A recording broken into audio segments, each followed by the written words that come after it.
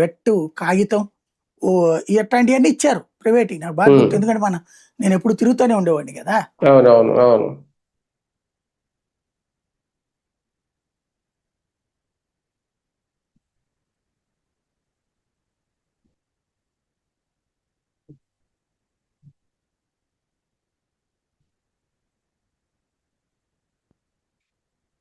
అలాగే ఎప్పుడైతే వదిలేసినప్పుడు వీళ్ళు చూస్తా ఊరుకున్నారో, ఇప్పుడు ఇంకొక ఫేజ్ వచ్చేసింది.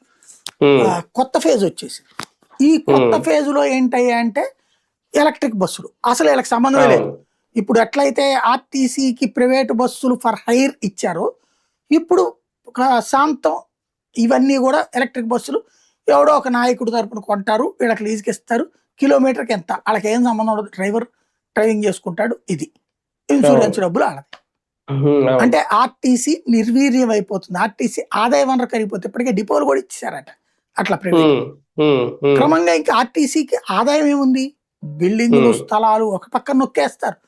ఇటేమో ఫ్రీ అని చెప్పేసి దాన్ని అడదడ్డంగా వాడుకుంటారు. ఓ రకంగా చెప్పాలంటే ఈ తరం తర్వాత అసలు ఆర్టీసీ ఉంటుందా, ప్రభుత్వం చేతిలో ఉంటుంది అనేది డౌట్. ప్రభుత్వం చేతిలో ఉంటుంది అనేది డౌట్. మునిగాక కంటే ముందే చేయడం. ఆంధ్రాని చూసి సిగ్గు తెచ్చుకోవాలి. అక్కడ ఆంధ్రాలో ఫస్ట్ ఇచ్చేసారు కదా, ఇక్కడ విలీనం చేసేసారు కదా, అక్కడ ఎందుకు చేయట్లేదు?